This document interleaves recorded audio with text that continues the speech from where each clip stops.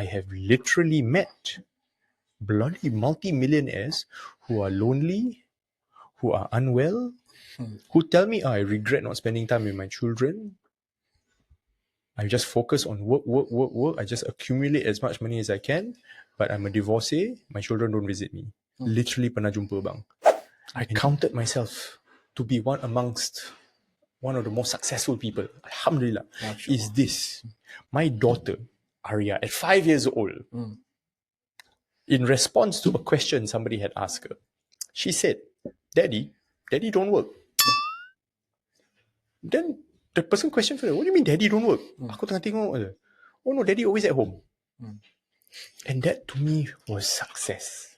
Because she didn't know I was working. I'm there to pick her up and Adik up from school. I'm there to send them from school to school, pick them up from school. You know, we have walks in the park. Mummy tak ada. We have ice cream, we have drinks, we have treats. I'm there. Charge more. Have the guts to say, I want to charge more. And what's the worst that can happen? People don't buy, bring it back to your original price lah.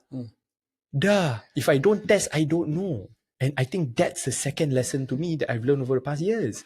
Test. Test. You got a new idea, try. Nobody likes it, great, go back to drawing board. But kalau tak try, tak tahu.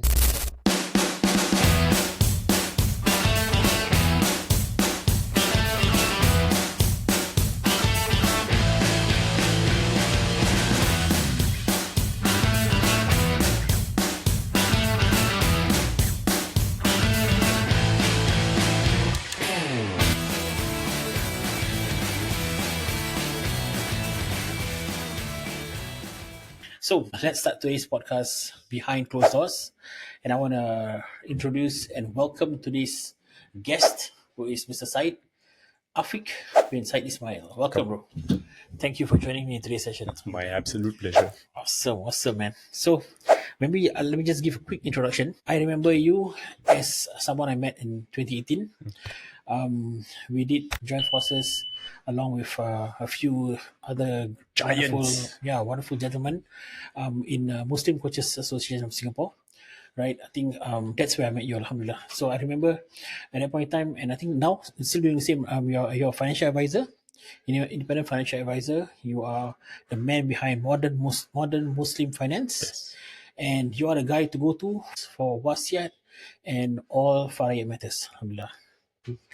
All right, so maybe I hand over to you on your side. Tell us more about yourself, and maybe what you do, and at the same time, where my introduction was deficient, please give me your version of it. Inshallah. Aduh, that's a tough one. But I think in a nutshell, kalau kita, if you want to summarize my identity in that sense, kan, I can come up with three things. Makan, money, and I lupa the other one. There's supposed to be 3 M's. Makan, money, because it was food, family, and finance. Okay. So I usually because FFF no longer was the previous brand, right? Fast Free Finance. And so today we've pivoted from a non-Islamic focus to a more Islamic focus, simply because over the years the business evolved and my natural audience are the Muslim community in Singapore, being a Muslim myself, right? And so modern Muslim finance, we started that maybe 15 years ago. I had this idea that I wanted to talk about personal finance for the common person, the common man. Over time, the business evolved to be more Islamic. I like to say this, the more I learned about Islamic finance, the better I became as a Muslim. I like to say this. Oh, that's awesome. Because zaman jahiliah, let's put it that way, I wasn't a very good Muslim. Started learning about Islamic finance. And then hati tergerak. Now, alhamdulillah, because of the evolution of the business, I've evolved as a person, not a Pokemon. And so, if you ask me to introduce myself, at the end of the day, I talk about money matters for Muslims. And at the end of the day also, we want to be able to balance success in the dunya and akhirat. And so, my limited knowledge in finance helps me help other families with regard to money management, zakat, debt management, we talk about pelaburan, investments that are Sharia compliant, and more importantly, giving away what we have to who we want to, when we want to, in the way we want to. And that's Islamic inheritance. So like you mentioned, we write wasiats for clients. I'm not going to say I'm happy about it, but we have had some clients who've passed away. And we have seen the difficulties of clients who do not have wasiats. And we have seen how our services, wasiat writing services, have actually helped the next of kin with the arwah procedures, especially with the court proceedings. And so, pendek kata, I'm just a normal guy who's trying to help people with Islamic inheritance and investments, inshallah. Panjang dia punya introduction. Cool. I can't help but draw a parallel between the two of us. Though not only are we charmingly handsome, Alhamdulillah, and sitting next to each other, so to the parallel. but the thing is, we are these two guys who are doing something about money in a Muslim context. Yes. So this is something which usually in a Muslim context, the community doesn't want to talk about money. Money, I think, is the last thing they want to open up about. Money and death. Yeah. So you got both, really. Yeah, that's amazing. So how do you actually handle this, It's not easy to get people to open up about it. I know you do a lot of videos. You do a lot of content sharing and everything. You've been on the media. You've been on radio. For good things. Yeah. For good things. Alhamdulillah, for all the best things, Alhamdulillah. So a lot of people have been watching you. But how do you manage this? This, I wouldn't say it's a stigma, but how do you break that wall? To be absolutely frank, yes, money and death are the biggest taboo topics. Betul. And the way I approach this to our clients, to our students during classes is very, very simple. You know the wall, right? I take the wall and pukul orang dengan that wall.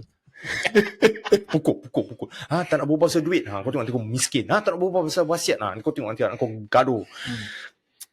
Literally, bang, at the end of the day, if I am not forceful and I'm not obvious with this, nobody will want to listen to me. I cannot take it very subtly, very gently. Cannot. Again, 15 years in this industry has showed me one thing. If you don't beat them over the head with it, they're not going to listen. And so, okay lah, jangan kata I bantai orang lah. Not physically beat people. It's like brutal honesty. Have to be. Okay. Have to be. Because in our culture, let's just say the Singaporean Muslim culture, there are very many taboo topics that you don't talk about. And you really need to have one or two persons out there who need to talk about it and become the scapegoat. Really become the target board. I will talk about this and I will highlight how important it is. And Alhamdulillah, I got thick skin enough that people can criticize. But I know what I'm doing is right. Fardu kifayah at the end of the day. If I don't do it, who else is going to teach about these topics? Who else is going to talk about money and death? Yeah. So, man on a mission. Got to do it. Awesome, man. Can you maybe tell us what made you actually start a company and do this properly? Like you could have just helped, right? Yes. You could have just like, okay, I'm actually a financial advisor. Like everything else that you want help with, I'll just help you with it. Tolong je. So, macam mana? How do you actually like transit from helping to turn this into a real business? By accident. Okay. By accident. Okay, so a bit of background. That's why we're here now. I accidentally started a business that has lasted alhamdulillah 8 years, and inshallah will last even longer and outlive me. I mean, and outperform me. Yes, And so yes, to be frank, it was by accident. Simply because over the course of my career, we've had clients who pass away or clients whose relatives pass away, and they ask for help with regard to pewarisan in the inheritance process in Singapore. And there's a big misconception within the community that as a Muslim you cannot write a will, which is technically correct, as I mentioned. It's technically correct. You're not supposed to write a will. You're supposed to write a wasiat. And because of that massive misconception, a lot of folks out there, and the statistics that I last checked, less than 20% of Muslims in Singapore have a wasiat. Okay. Less than 20%. It could even be less. I'm not even sure. And so, how do we start doing it? We've seen clients' relatives pass away. The pain of going through the court process, the letter of administration process, which, from my knowledge, minimum 6 months. I have met people who say 2 to 3 years to get the letter of administration is normal. One of my students in my class claimed that she has been waiting for almost 20 years Wow. because her late father had assets and families in 3 different countries. Okay. And so they couldn't decide who would be the administrator. And so the whole process, sampai 20 tahun, 20 years, still waiting. And so, personal painful experience, seeing all this. I mean, my own personal experience. My late grandfather passed away with 4 daughters, no wasiat. My late grandmother had to sell off the house. A portion of it went to a cousin, my mother's cousin, Jawu. And so we've seen. And so to answer your question, finally, how did the business start? Quite by accident. Because I went around looking at all the different service providers available, and there are so few. And when I referred my clients to them, clients came back to me, gave me feedback, showed the work done, showed the actual wasiat, and I thought to myself, hey, we can do better than this. It should be better than this. Don't give me just 2 or 3 sheets of paper and charge you $3,000. Cannot be that. And so, again, man on a mission. I sat down, got my certifications done, realized, hey, we can actually do better, and we started doing better. I still remember the first wasiat I delivered was literally 1 piece of paper, 2 pages, legally binding, executor, guardian, bequest, witnessed by me and my colleague, done properly, delivered. And my clients said, this is fantastic. And over the course of the years, we've had some clients who pass away. Our documents went through the court process, got the grant of probate. I think our current record is 2 months. Our client who passed away got the grant of probate within 2 months. That's fast, man. Very fast. Yeah. So Alhamdulillah. And so when our clients came to Alhamdulillah, you helped me with all this, it motivated me to keep going and go better, make it better. So I always ask the question, how can we make our services, our deliverables better and better and better? And that came from painful process as well. Court rejected some documents, say, okay, where's your schedule of assets? Where's your letter of wishes? Where are all the other supporting documents? Your birth certificate, death certificate, marriage certificate, the whole long list of belamba. Anybody who's gone through this, is leceh nak mam. Pun intended. Right? And so, alhamdulillah, 8 years on, when we finally do deliver, it's very different from when we first started. Today is a comprehensive folder. Also, thanks to you, I always say this, thanks to you for giving me the idea for the folder, and that's evolved like a massive Pokemon into a truly valuable docket of documents for our clients. So from an accident, alhamdulillah, it's become a sustainable business, and here we are today. I think we've officially crossed more than 400 wasiats delivered. Oh, mashallah. Yeah. Awesome, man. Wow, that's really wonderful. You really help a lot of people in that sense. 400, mashallah. And that's the wasiat. That's not yet the beneficiaries from the 400.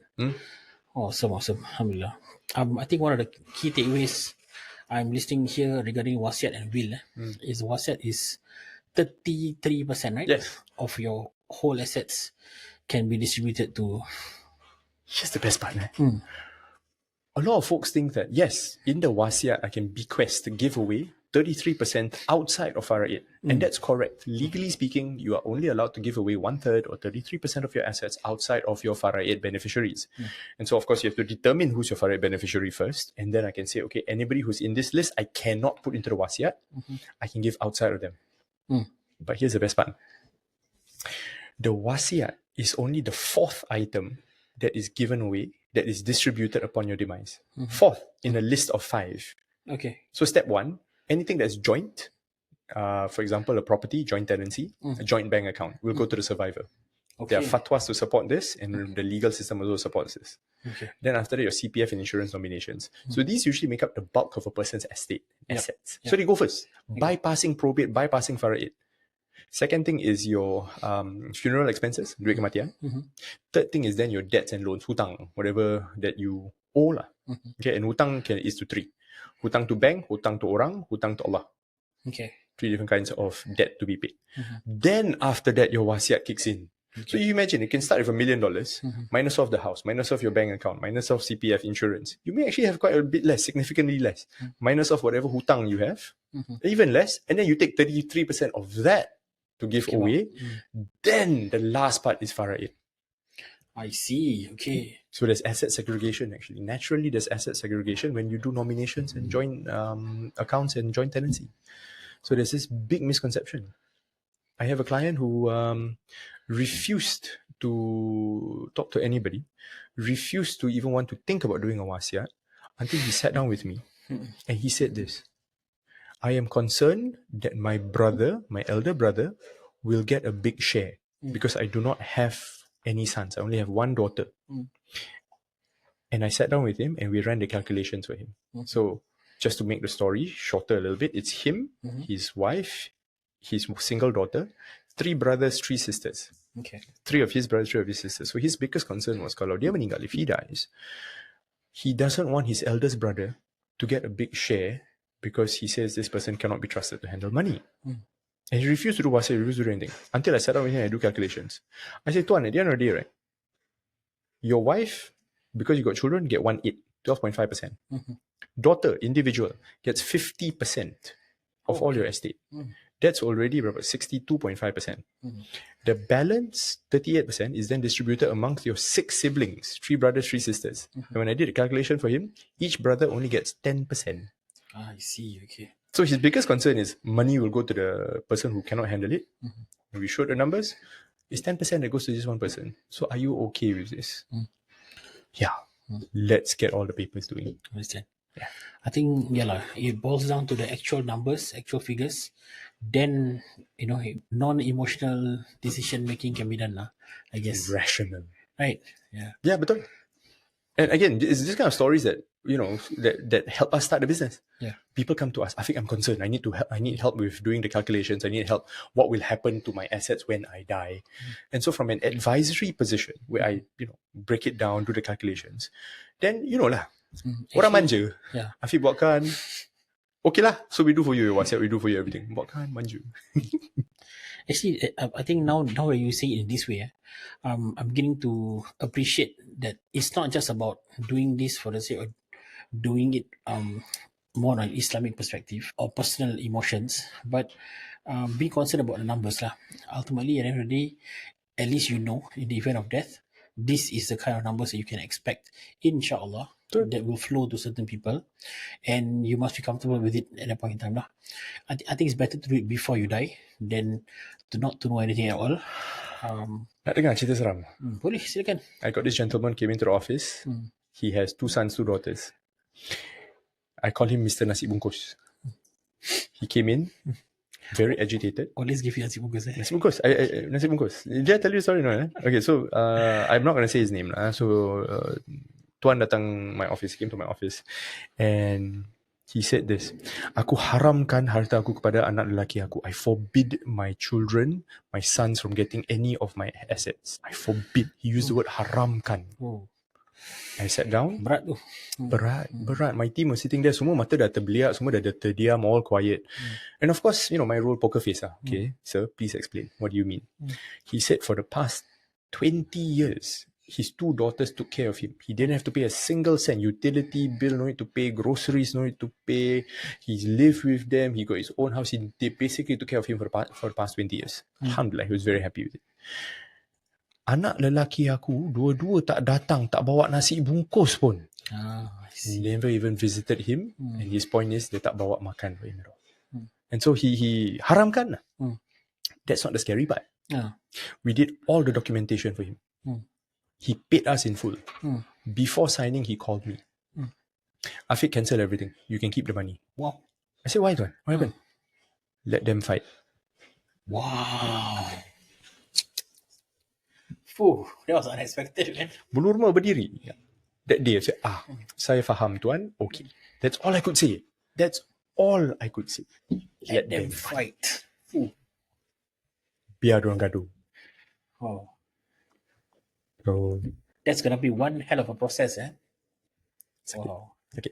He's still alive, alhamdulillah. This only happened like last year or something. Somehow I hope he has a change of heart later. I hope so. I told him exactly that, Tuan, you need anything, just let me know. Kita doakan biar anak lelaki dia belilah nasi bungkus sikit hantar kat dia, insyaAllah. Exactly what you told me this afternoon, yes. You talked about that, yes. For those of you who have no idea what we're talking about, nak kena minum kopi dengan Faz. Okay, bro. I want to ask you more on the numbers part. Okay. So, in running the business, I think when you first started, right, I don't think, okay, many business owners, they do this lah. They don't really look at their numbers. Okay, the numbers that they generate. I'm guilty of that Yeah. myself. Tell me about your side, and also along the way, are there any numbers that you decided to actually, pay more attention to, or you decided that, okay, instead of maybe a certain dollar sign, maybe I want to go for a certain quantity number or something. What works for you? Okay. Let's start with this. When we first started writing WhatsApp for our client, I didn't pay attention to numbers. I really didn't. At the beginning, who cares? Let me just find the next client. Let me see whether we can whether the service somebody wants to take up or not. I don't know how much we're gonna make. Tak kisahlah. We just do it. Beginning. At the very beginning, I started doing a lot of work. Then I look at my bank account macam tak ada apa-apa je. Where's the supposed, they always have this stereotype, kau start business, kau make money. My God, such thing, no such thing. So I started tracking and I realized this. Our service fee barely covered the Grab fee for myself, Grab fee for my colleague, apa profit. We barely broke even just to deliver one wasiat. Ni kita tengok, ni kerja free je. You know what I mean? And that was at the beginning. And so that's why I suddenly macam terbangun. Okay. Either you find many more clients at a tiny margin, or you do the smart thing and charge a little bit more lah. You cannot just charge cost price, right? Right? And so I started looking at costing. I didn't look at how much the service package would cost. I look at how much does it actually cost me to deliver such a service. Yeah. Right? Because we all know. If you look at retail barang, you have COGS, cost of goods sold. Yep. So for us, it's cost of service delivery lah. So we calculated lah. Of course, wasiat, paper, cheap, easy. Folder to print, okay, cheap, easy. Your manpower cost yang mahal, right? Every time I need to engage one of my colleagues to help me do witnessing, minimum $30 to $50, and that's low end cheap already. Yep. And then What about your myself? own?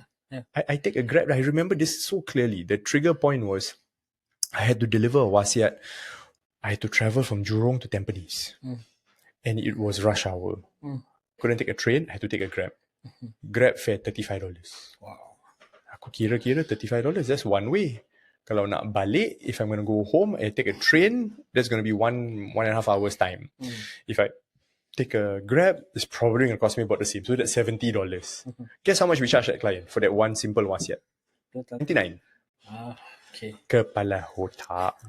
Kan? So when that triggered, it's like, okay, I think we have to relook at either our costing, how can I bring down the cost, or how can I at least charge a reasonable amount so that it's worth my time to do this. So yeah, so that was beginning. That was at the beginning phases, bang.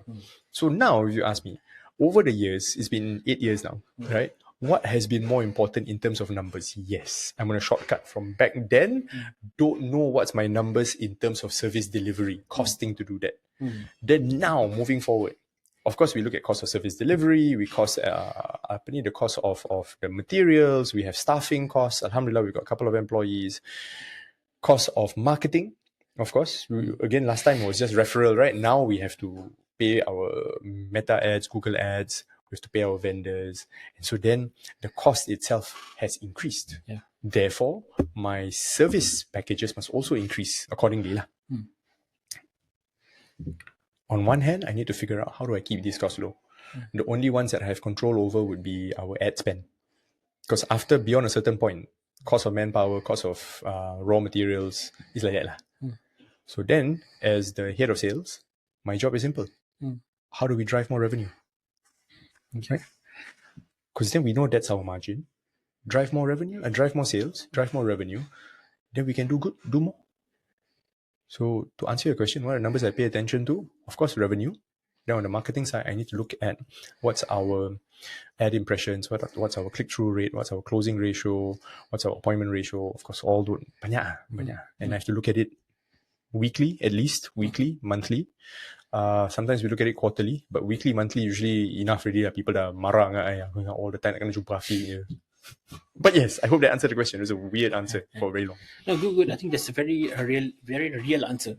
Because you see, revenue is at the end of the day the number that you generate. But before revenue is generated, there's a whole string of processes that goes through, including whatever you mentioned, right?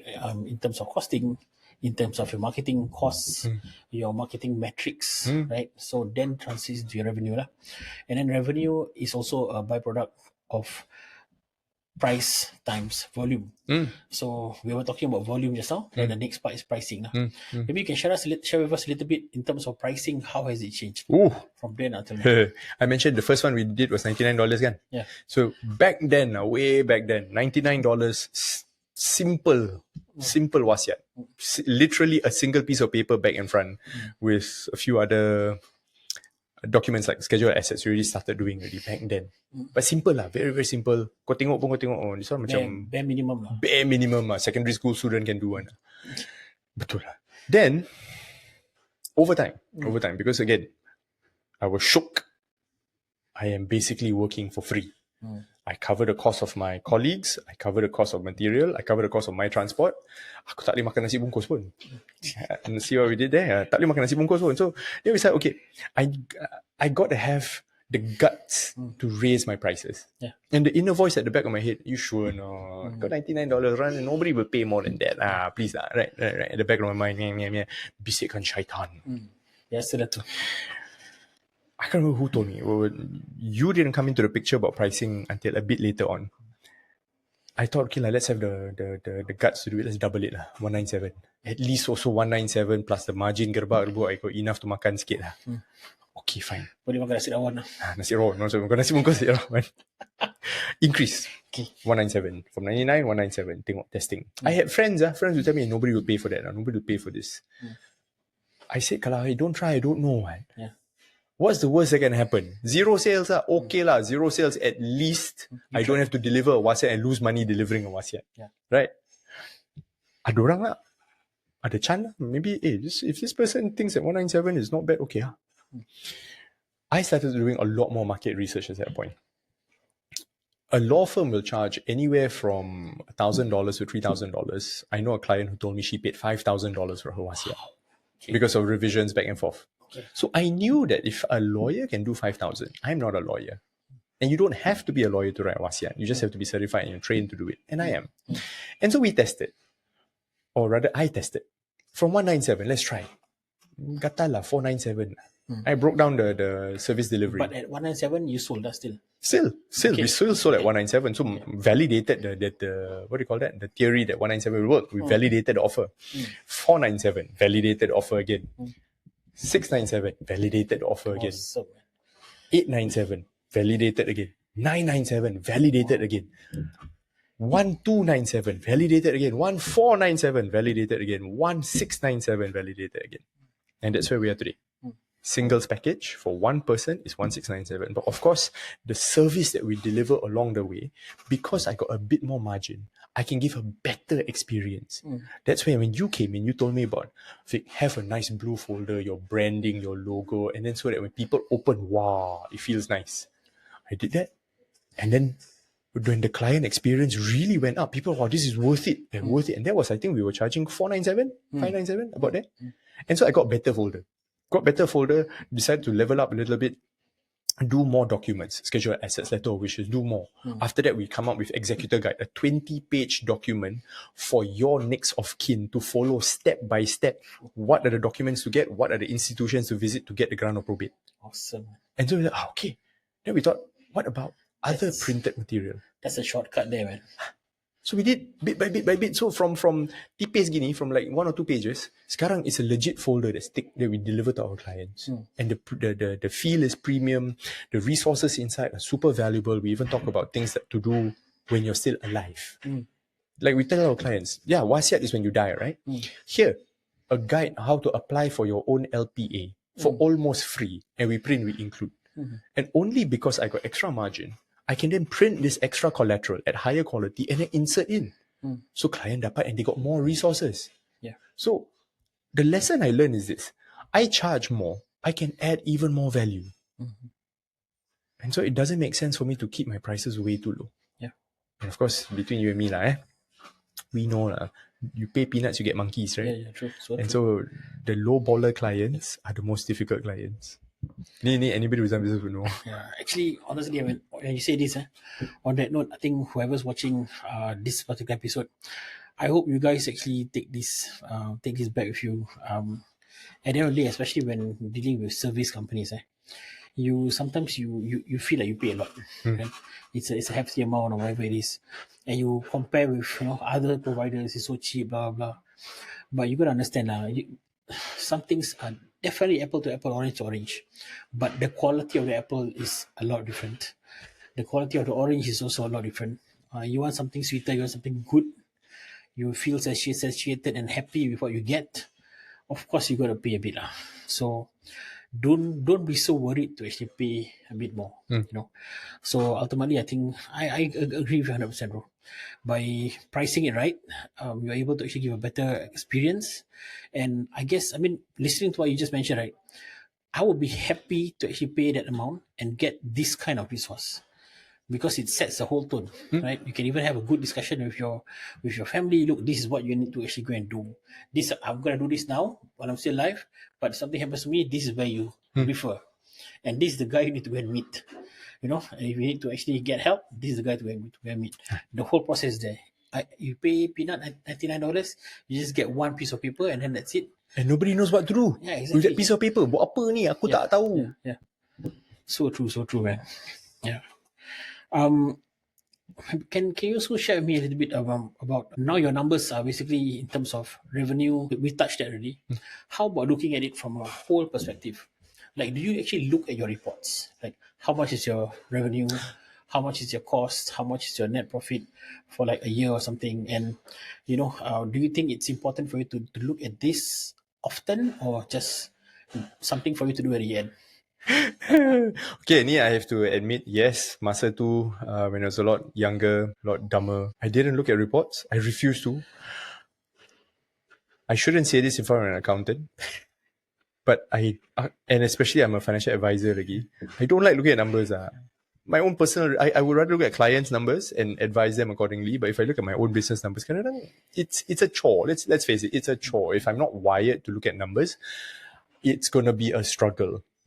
But the problem with me saying tak apa, later, yalah, I'm just pushing the problem later and becomes bigger and bigger and bigger until year end, it bites me, mampus. And that's happened multiple times, right? Every time year end, alamak, accounting superhero minta kita punya numbers kau dah buat accounting?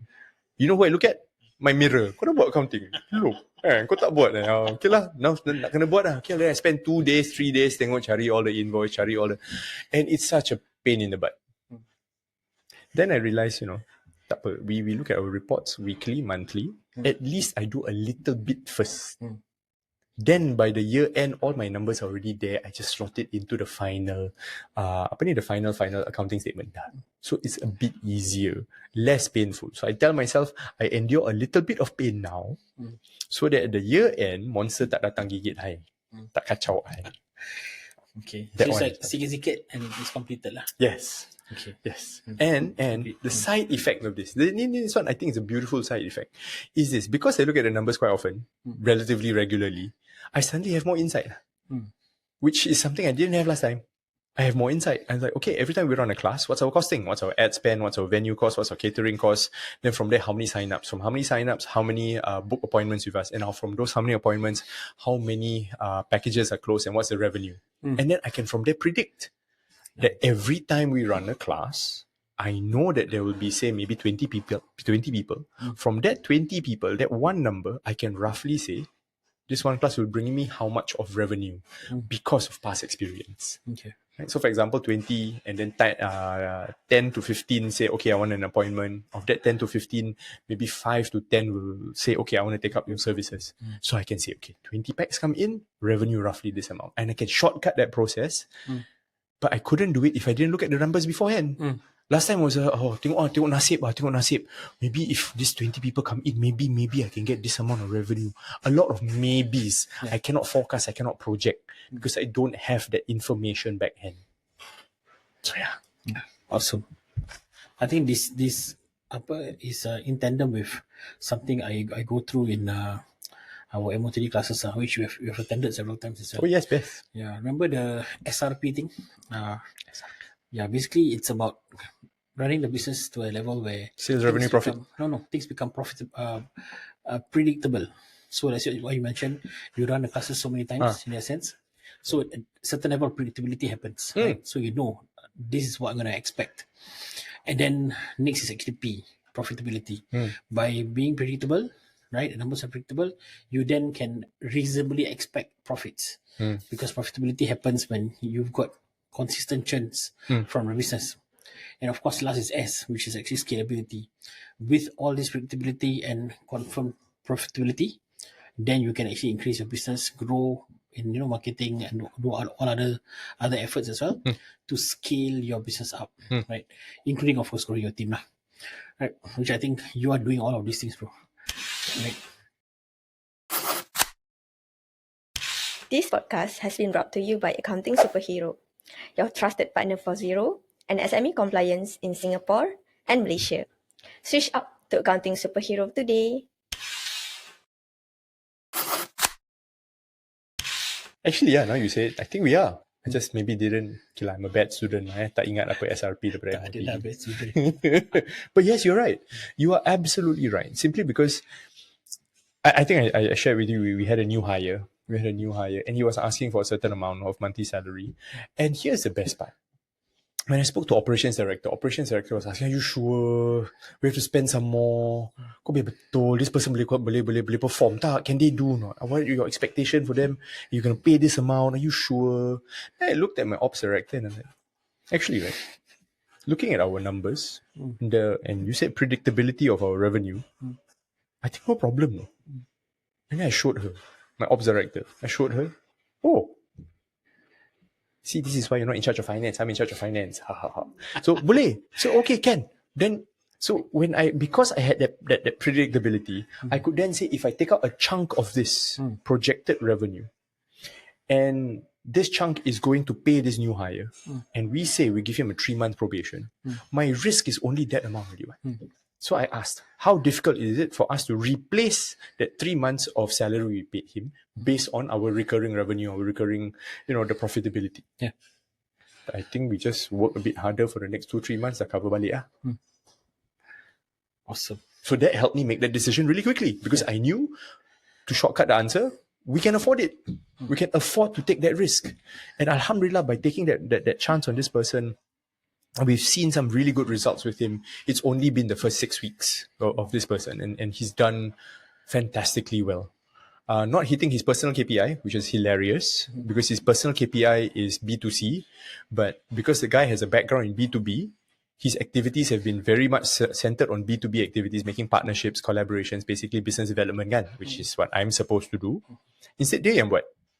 And he got more results from that than doing B2C. Oh. Like, okay, kau tak hit personal KPI, but you hit other KPI, which is helping to generate revenue for us anyway. Alhamdulillah. And now connects to the S lah. Now you're gonna scale up. Scale, yes. Yeah. Awesome. I'm happy how things are working out. Can you share a little bit about how has it been working with Accounting Bureau? I'm asking this because, at the end of the day, you are a client, yes, right? A very bad client. No, I don't say that. So, along the way with the improvements that we've done, and working with our team as well, what made you first maybe decide to work with us, and how has the experience been? Okay, to answer the first question, what made me decide to work with you all? Simple. I'm a financial advisor. I'm not an accountant. So I look at all the numbers, and then I realized that me spending so much time on my accounts, and I'm not trained to do it, okay, making a lot of mistakes, spending a lot of time, I realized it's actually cheaper for me overall to find an accountant, hire somebody. I remember this, I think you told me this a long time ago. You cannot do everything. Outsource the tasks that you cannot do to people who can do it. Focus on the superpowers that you have, which in my case is, sales, marketing, running classes, becoming the face of the company. Bagus. But you ask me to sit in front of a spreadsheet with numbers, I will procrastinate. I will walk around the house, make coffee first for half an hour, then sit down at the spreadsheet, look at it, cry a little bit, go pergi cari keropok, find snacks, come back, cry some more, then force myself to start. All of that just to go through my accounts takes me 2 hours of mental prep work.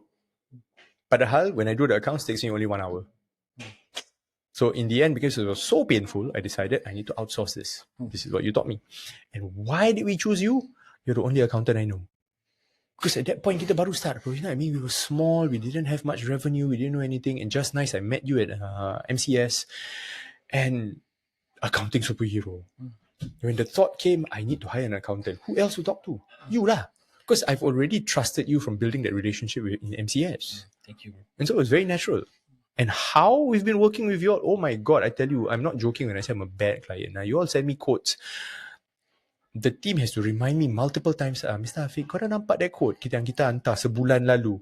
Oh, astaghfirullahaladzim, lupa. Okay, nanti I check. 30 days later, Mr. Afiq, did you check again? Dah 2 bulan. Astaghfirullahaladzim, 3 bulan. So, quarter aku belum check. I'm such a bad person. Astaghfirullahaladzim.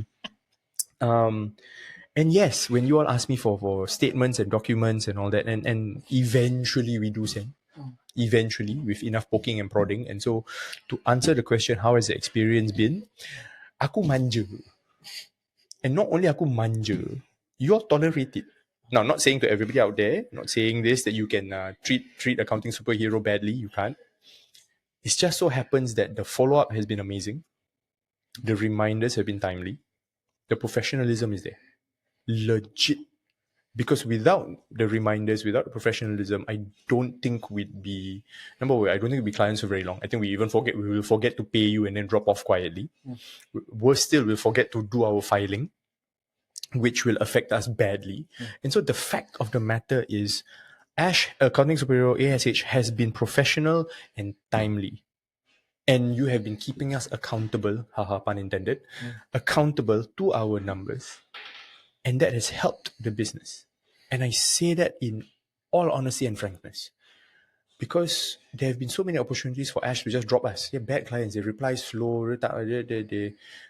Sometimes I think we pay slow, so I think we forget to pay. We have been bad clients. But you all have patience with us. And so I don't think that's something you can pay for.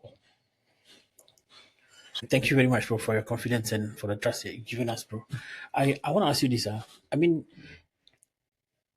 especially for a company which is, like still quite new, maybe especially the numbers are not that big, not that great, for example. There's so many things stopping them from working with an accountant, right? I mean, especially you probably think, okay, hire this company or something, it's been so expensive and all that. And at the same time, you mentioned like you get a lot of prodding and everything. So does it become an arduous task? Like is it painful, that kind of stuff? Maybe what are your thoughts on this? Okay, let's talk about pain for a bit. Pain is one of my favorite topics. Pain, from a marketing perspective, from a sales perspective. I'm in the business of wasiat writing. And if my clients do not see how painful it is if they do not take up a wasiat package and get their wasiat done, they're not going to take action. My job is to show them, if kau tak buat wasiat, this is the kind of pain you're leaving behind. Similarly to accounting.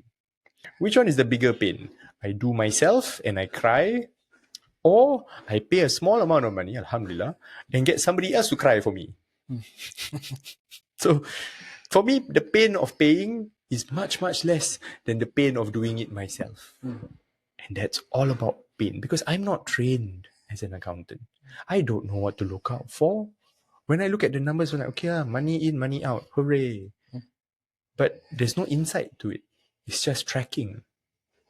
But when I get a trained professional to help me do what I need to do, not only do I save time, I also save money. Again, draw parallel to writing a wasiat. Can people DIY their wasiat? Absolutely. Then you run the risk of it being wrongly done and then not accepted in court. Worse still, you don't walk through the entire process properly. You miss out on all the important parts. Next thing you know, when you die, the next of kin end up paying, and this one legit experience. One of our clients mentioned, arwah left behind no wasiat. Their total fees and costs just to get the letter of administration was $14,000. And my goodness. They came to me asking for help about this, the next of kin. I was like, yeah, betul lah. So they told me they declared they paid $14,000. I said, okay, how much is a wasiat? It's what, less than $2,000 per person? So the exact You words were, solve it with such a small amount compared to $14,000, man. My goodness. they said if only this person, the arwah, had just paid $2,000, we wouldn't have to fork out 14K. Yeah. So then I told them, nampak wasiat tak? And of course they did so. Similarly this to accounting. I mean, full respect and power to all the business owners out there. You have your superpower. That's how you started the business. For example, we know friends in F&B. They make amazing food. You're trained to do and cook and make amazing food. Yeah. Are you trained to be an accountant? We have friends who are in travel agencies. You provide amazing service to your clients, fly them over, provide amazing experience, go sightseeing, do umrah, do all that. Are you trained to be an accountant? Who else do we know? We also know people who are in... give me an example. Education. Education. Yes, a lot of your clients, a lot of our friends are educational based. Yes, you're a math teacher. Yes, you can teach people how to do madrasah exams, blah, blah, blah. Banyak kan? Education, amazing. You can run the center. Yeah. But are you a trained accountant? Right? I'm a financial advisor. I'm a wasiat writer. I'm not a trained accountant. Aku nak nangis. I'd rather pay somebody to do it. Ta-da. Awesome, bro. Yeah. I think the key thing here is this lah. Masing-masing ada orang punya expertise, right? I think we are all in the community together, kan? I think we can tap on each other's expertise lah, in order to actually propel further, faster, inshallah, by focusing on what we do best, always. I think that's something I remind myself as well, because I work with a lot of professionals as well, and I appreciate what they do for me lah, including yourself, including lawyers, property agents. Alhamdulillah, I think if not for them and the wealth of knowledge and experience they have, we wouldn't be saved, like in multiple instances, instead of actually going through some pain, I rather pay for it, get it done, and we have full focus on what we need to do best. Yeah, alhamdulillah, I think it's good advice there, bro. Alhamdulillah. I want to touch on this very interesting thing, which is, I call it the no good, the bad, or the ugly lah. Okay, so this is what you call the cerita seram lah, right? A little bit, but this is more towards your journey. Okay, maybe is it okay if you can share with us one or two instances where things got bad or difficult, in what you're doing, in your business, like there was a moment that scarred you, or you felt like you wanted to give up. I want to hear about it. Tell us about it, and also maybe touch on how you overcame it. Yeah.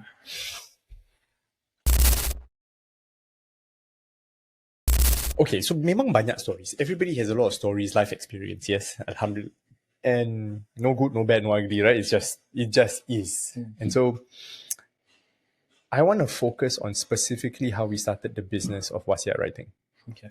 Alhamdulillah, 8 years. 8 years, I'll be frank, we haven't faced very, very big challenges. So susah sampai nak give up. You know what I mean? I think the initial phases was the horror stories, where remember I said, our cost of the service barely covers the cost of delivery. You know what I mean? I was basically working for free. And at that point, did I think that maybe this isn't a business that I want to pursue? Of course, because 8 years ago, Adam, my son, was just born, right? So two babies, a lovely wife, myself. Then we've got a housing loan to pay. We've got living expenses, and I think to myself, $99 wasiat, sustainable ke? So I really, really questioned myself. Is this a sustainable business? Is this something that I want to pursue and continue to do? But of course, thankfully, I met you, I met multiple mentors and we learned, and I learned how to make it better. And of course, here we are today. I think one of the challenging aspects of doing this business is actually the human element behind it. The kisah seram, the horror stories I hear. For example, nasi bungkus, let them fight. That's one. Some days I think to myself, you're involved in people's drama. Is this sustainable? Is this something I want to do? I remember one. It is my fault. Aku bodoh because I decided to take the phone call on speakerphone. Okay. I have a home office, so I take the call at home lah. So people ask me questions, right? So I was having this call with this lady, about her father. Okay. The story was very, very emotional, very, very long. Halfway through the phone call, my wife stands up, tears streaming down her face, and walks out the door. I was thinking, Mampos, I'm in trouble. I did something bad. Then I asked her, after the call was over, it took about 45 minutes. I went outside, spoke to her. I said, dear, what happened? Why are you crying? That story was so sad. Oh. Very, very sad. I'm not going to repeat the story yet, but it's a very sad story. And so I realized this over the past 8 years of doing this, the sheer number of kisah seram that I have, does it take a mental and emotional toll on me? At first it did. But after a while, I had to learn, and to be frank, muka bengis, hati taman, bro. At one point, sometimes I couldn't sleep because of these stories, of these actual situations. It's not a story, it is real life. People are telling me their family situation, what's happening, don't gaduh ke, or this person wants to fight about this person is stealing money, and and families are being broken. And I think to myself, bloody hell, do I want to be involved? And at one point, I really, really thought to myself, this is scary stuff. Is it going to affect me long term mentally? If dah ketempias to my wife who overheard the story and she already cried, and that's one story. Yeah. I had to tell myself, don't take it personal. Betul bang? I have to tell myself, don't take it personal. Their stories are theirs. Their situation is theirs. You are simply an advisor. I am simply giving advice. I am not going to be the one who say, and ada orang pernah cakap, have asked me before, from a religious standpoint, are you giving the correct advice? Afiq, hukum dia apa? From a religious perspective. And I think to myself, if I give the wrong thing, if I say the wrong advice, mampus. On the day of judgment, Allah bangunkan. Allah tanya macam, berani aku jawab? Yeah. You know what I mean? And so I have to be very, very clear that number one, it's not personal. Number two, I am simply an advisor. If my clients have a specific desired outcome, I will simply advise them, these are the tools you can have to achieve this desired outcome. That's it. I'm not going to tell you ni baik ke, ni buruk ke. I will tell you if it's legal or illegal, of course. But whether it langgar agama, that is up to you as a client. For example, we know the term faraid comes in a lot. Yeah. And a lot of my clients' biggest concern is, kalau I langgar faraid, dosa tak? I mean, it's Quranic law. Yeah. It's stated that way. If you intentionally go against faraid, clear cut, people will say dosa lah. Yeah. But then again, I also have to deal with cases where my only son is special needs. If I die, all my assets goes to a special needs child who cannot access the money. Logically speaking, I should deny my only son access to my assets and instead put these assets into a trust so that the trust can take care of my son. Langgar faraid tak? Langgar, right? Obvious is langgar. You deny the inheritance of your waris, your heir. But for what reason? And so I always tell my clients, look at intention. That's deep, man. Look at intention. Yeah. Because at the end of the day, my intention is I'm going to help you. And if you tell me to do something illegal, I cannot do it. If you tell me something that goes against Islam, I may do it, may not be able to do it. I don't know. Because I'm an advisor. I will tell you. Hukum dia begini. The scholar opinion is like this. If you want to go against it, up to you. You will say what the scholar's opinion is. Of course. Because these are all publicly available. Okay. I have to say it. For example, Fatwa Muiz of 2019, joint tenancy properties, where it is acceptable within the eyes of Islam, where the right of survivorship applies. Somebody dies, the survivor, typically the spouse, takes it in full. That bypasses faraid. I'll give you an example. Today I die, my flat goes to my wife, 100%. My parents and my children who have a share in faraid get nothing from the house. Some people will debate and say, oh, ni soal patutnya jual ikut faraid, must distribute. Correct? Fatwa from Muiz says no need.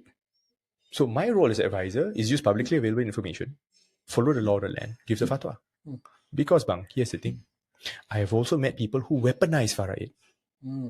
Weaponize faraid. They claim that, because it's faraid, you must sell the house. I see. Okay. I had a case where a widow she hasn't sold the house, she didn't sell the house, was approached by relatives on her late husband's side, telling her that cik boleh tinggal dengan rumah ni setahun je. Lepas tu nak kena jual ikut bayar faraid. I said, Puan, at the end of the day, joint tenancy agreement, right, between you and your husband, number one. So when you pass away, legally, the house goes to you 100%. It's yours to do as you wish, legally speaking. Fatwa supports it as well. You do not have to sell this to distribute to faraid. Then my second question to her was this. The relatives who came and tell you that it's only you can only stay for 1 year and then you must sell and distribute, they asked for their share, right? Say yes. Puan, don't you have 2 sons? Say yes. Then how come some far away cousin had a share? Because from my understanding, faraid, you got sons, the wife and the sons will get the share. Your sepupu, your cousin, all that don't get anything. So dorang siapa? Tak marah. You know what I mean? So they weaponize faraid. But we do hear this a lot, actually. Yeah. So amazing, man. So you ask me, why am I still in the business? What made me quit? What won't make me quit is stories like this. Well, that begets another question, bro. How do you insulate yourself from this? Because I would say it's a burden, bro. Like you listen to all these stories and it's horror at the next level. Yeah. And how do you insulate yourself? Because question. I know you as a very positive person. You're very positive, you're very happy, alhamdulillah, and I love being around you, alhamdulillah. So, but how do you insulate yourself? Good question. This is protection, you know. A lot of fat. You're talking to the wrong person, bro. In all seriousness, how do I, okay, see, there's so many layers to this question. There's so many layers to the answers as well. Because at the end of the day, do I get mentally affected? Yes. But I tell myself it's not personal. So there's one. I have to tell myself, no, it's not personal, it's not personal, it's not personal. And let's be frank, I'm going to go to my grave with a lot of secrets. Right? Because I'm bound by not only ethics in the legal sense, but also amanah on the agama sense. I will die with a lot of secrets. And so, here's the thing. I tell myself, don't take it personal. And then, what's the worst that can happen? That's my philosophy. Kan, the one from The Hangover, Ken Jeong. Did you die? So I tell myself, all these stories come to me, all this situation. And it's helped that I've had enough experience over the years to have the guts to confront all these people who want to weaponize faraid, all these people who want their share, nak tuntut and try to bluff all the grieving next of kin to get their share of money. So, insulate, maybe not. First off, masuk telinga, keluar, done. One side, out the other side. And on the other side, I tell myself, if I don't do this, who's going to do it? Is there going to be another makcik somewhere who forced to sell a house and become homeless just to give faraid out? And so, I know I'm a man on a mission. I know that if I don't do this, there will be a portion of the people out there who would have been saved if I had continued my work. Simple as that. I would agree, bro. And so, of course, take a lot of time with family, enjoy, minum kopi dengan you, nasi kandar, Of course, there's coping mechanisms. And alhamdulillah, I think my coping mechanisms are quite simple. Jalan-jalan dengan family, makan a lot of ice cream, nasi kandar, stress eating, play video games. So alhamdulillah, I know how to, I wouldn't call it coping mechanisms, but I know how to have a healthy distance between my work and my personal, not even personal life, but my personal welfare. That one very important. And I think you and I know quite a few of our business owner friends, it tends to blend together and mix. Too tight. Then susah. So No. I think something that for all of us listening in, I think this is a very, very important lesson to learn. Business is business, work is work, but our lives cannot be too intertwined such that it affects us to such an extent. I think a good safe distance is important. And if you have to, really go and hire ice cream and nasi kandar, so be it. Why not? At least my vices are simple. Yeah. Can you imagine? Okay, bro. I want to ask you a little bit about your mindset. Of course, we heard a bit about what you mentioned just now, right? But a bit more about your mindset and in terms of leadership. Here I want to ask you about some advice in terms of what makes a successful entrepreneur in your opinion. And how do they compare to those who are always struggling now? Of course, I think it's something towards mindset. But maybe in your opinion, what is it about? Those who struggle always, and then between us, we know we have friends who are they are always struggling in that sense. Despite how much we try to help them, they still end up in the same place again. Then there are those who are really successful, no matter how small things that they do looks effortless, but alhamdulillah they're flying. So yeah, what separates these two? Oh, there's so many layers to that question, man. Because I can give you a textbook answer. I can give you the typical answer. Oh, the drive lah, the hard work, the hustle culture. Those are all textbook answers. Of course, I also cannot forget Allah. Allah Maha Kuasa. In His hands are all the rezeki that we have. So some people tell me, oh, nasib dia lah, dia macam gitu, rezeki dia macam gitu, Allah senangkan. Of course, yes. There's both hands to it. There's the usaha, there's the work, and then of course there's the grace of Allah. Yes, both go hand in hand. I frankly cannot give you a straight answer to say what separates the successful from the non-successful. Right? Success means different things to very different people. Yep. We've had this conversation, right? Where, what is success to me? Is it $1 million? Boleh. If you were to tell me I have $1 million in my bank account, would I consider myself successful? Yes. But on the other end of the spectrum, I have literally met bloody multi-millionaires who are lonely, who are unwell, who tell me, I regret not spending time with my children. I just focus on work. I just accumulate as much money as I can. But I'm a divorcee. My children don't visit me. Literally pernah jumpa bang. And their advice to me is this: enjoy your children while you still can. I said, syalah, marah satu. You know what I mean? I'm like, you are so right. And so let's talk about success for a few minutes. How do I define success? Is it a Lamborghini? Is it a penthouse property? Don't forget, I work with a lot of people who can quote me agama. Kata, Fik, ni semua dunia, Fik. Kau nak Lambo buat apa? Kau nak penthouse buat apa? Kau boleh bawa pun pergi akhirat. Right? So sometimes I think to myself, is it really worth, chasing that $1 million?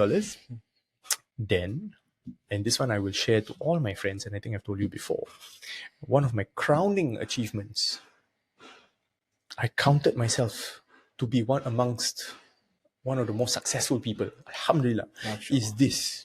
My daughter, Arya, at 5 years old, in response to a question somebody had asked her, she said, Daddy don't work. Then the person questioned her, what do you mean Daddy don't work? Aku tengah tengok je. Oh no, Daddy always at home. And that to me was success. Because she didn't know I was working. I'm there to pick her up and adik up from school. I'm there to send them from school send them to school, pick them up from school. We have walks in the park. Mummy tak ada. We have ice cream, we have drinks, we have treats. I'm there. Now, is my bank account fat and healthy? It's healthy, alhamdulillah. It's not very fat. It's not very fat. Would I be happier with you add on a couple more zeros? Maybe. Right? But to me, success is I'm there with my kids. And alhamdulillah, Lina, my wife, quit her job 2 years ago. And I get to date her every single day. She's helping us with the business, working with the business, and I get to be with my favorite people every single day. So, alhamdulillah, I'm still healthy. I have a comfortable place to live. I have a bit of creature comforts that I need, nasi kandar, tarik, alhamdulillah, I drive a nice car. To me, it's nice lah. Some people say, alah, kereta macam gini je. It's a nice car. And that's success for me. Because do I think to myself that I need to drive myself into exhaustion, drive myself into illness to have $1 million in a bank account? I don't know. Some days I'm awake at night. Cukup duit tak? Cukup tak? There should be lah, insyaAllah. Then after that, I got my babies left and right. Squeeze a little bit. Chum. I think to myself, how many of my friends have complained to me? Betul diorang complain to me, Afiq, I don't get to see my children. I leave home before the sun goes up. I come back after the sun comes down. I don't see my kids. Diorang macam gitu je. And some of my older friends kata, now my children, the teenager, don't want to talk to me. You lucky you can be sad, with them. And that's just family. But then again, I also have friends whose definition of success really is a fat bank account. I'm in my early 40s. Some of my army buddies, secondary school friends, those who really high flyer, betul high flyer, really legit penthouse, legit sports car, not a Lambo, it's a Porsche, and they're single. And sometimes I talk to them and they're like, it's okay, like that. I don't think I'll ever get married. I don't think I'll ever have children. This is what I work for, this is what I have. But some days I see you have children, I also want. And that broke my heart. You know what I mean? So, what's the definition of success? What separates a successful entrepreneur from an unsuccessful one? I don't know. Because if you ask me and I just measure based on material wealth alone, I have on both sides of the spectrum. I have people who are wealthy, wonderful family, very happy.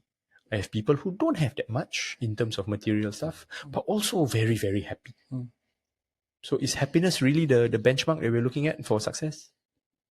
Granted, accountant, talking to accountant. Kalau every year you're losing money on your business, that's not a business, that's a hobby.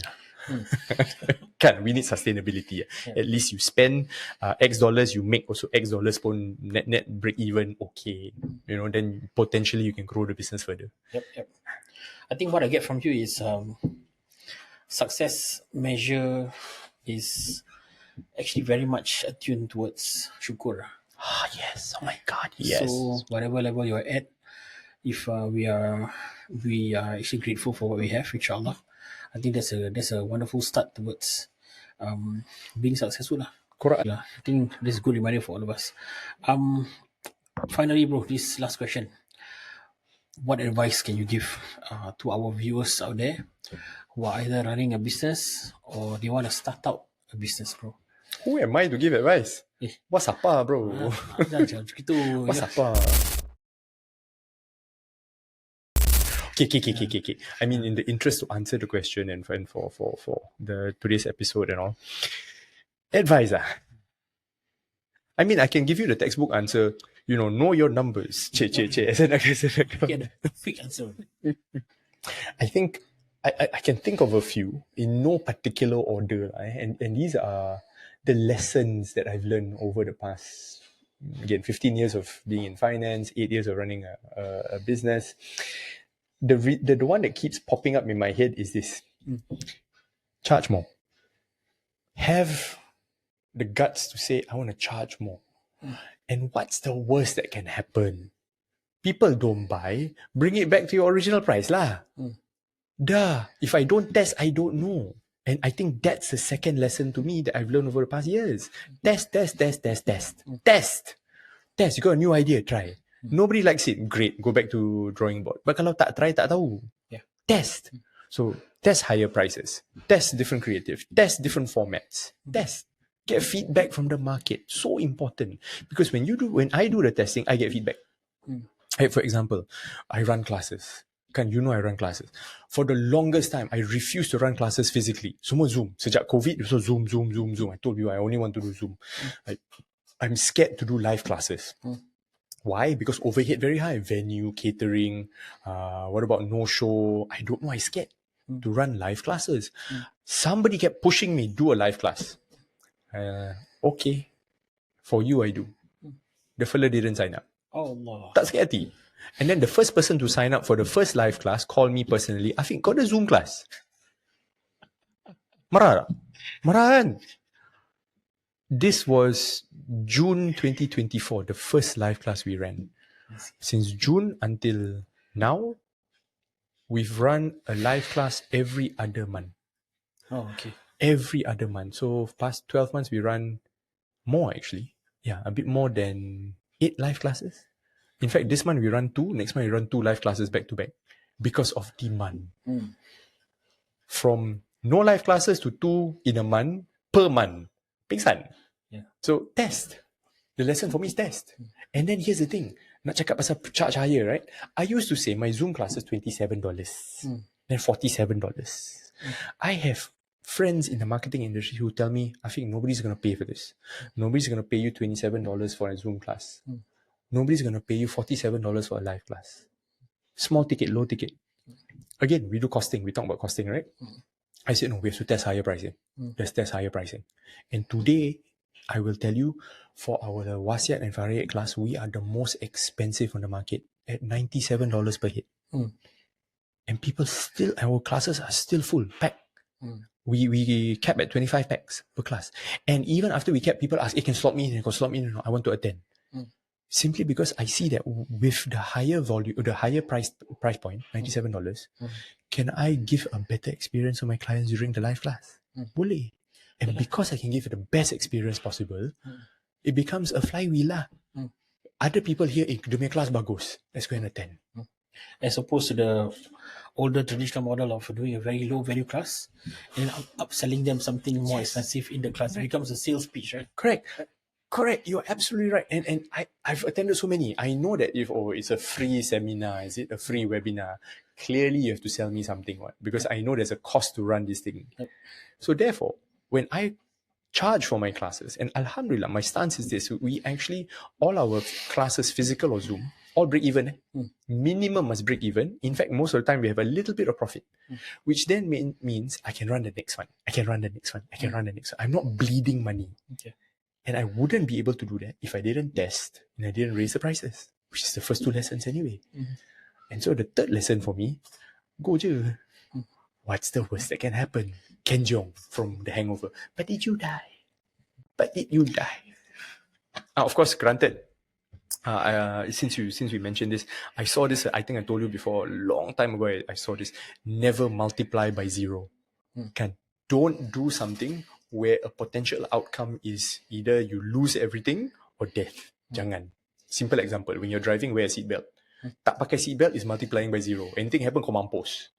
Right? So I think similarly, we have to talk about risk mitigation. Aku cakap go je. Cakap senang je, Afiq. Go je. But of course, granted, consider the outcomes lah. Kalau if the outcome is kau mampus, jangan buat lah. Or something negative lah. Cash flow negative impact or something. Okay, understand. So for us, price increase, test, and then go je. But of course, go je with calculated risk lah. Make sure you know what is the worst case scenario. And if I'm okay with the worst case scenario, go je. Awesome. Thank you so much, bro. I think definitely learned a lot from you today. And I love the sharing of your experience as well. And I won't forget but did you die? Yeah, but did you die? Love it. Yeah. Awesome, bro. Thank you so much for being here today. Thank you so much for sharing with us everything. And I wanted to close with this very important thought in mind. Behind every successful business is a story told in numbers. And I want to thank you for your story today. Thank you, bang. Thank you for having me. It's been an absolute pleasure. So fun. Make kita buat lagi. InsyaAllah. Definitely. This is part 2 Of course. There's so many. Boleh. Why not? Boleh? Tengah-tengah. Tengah.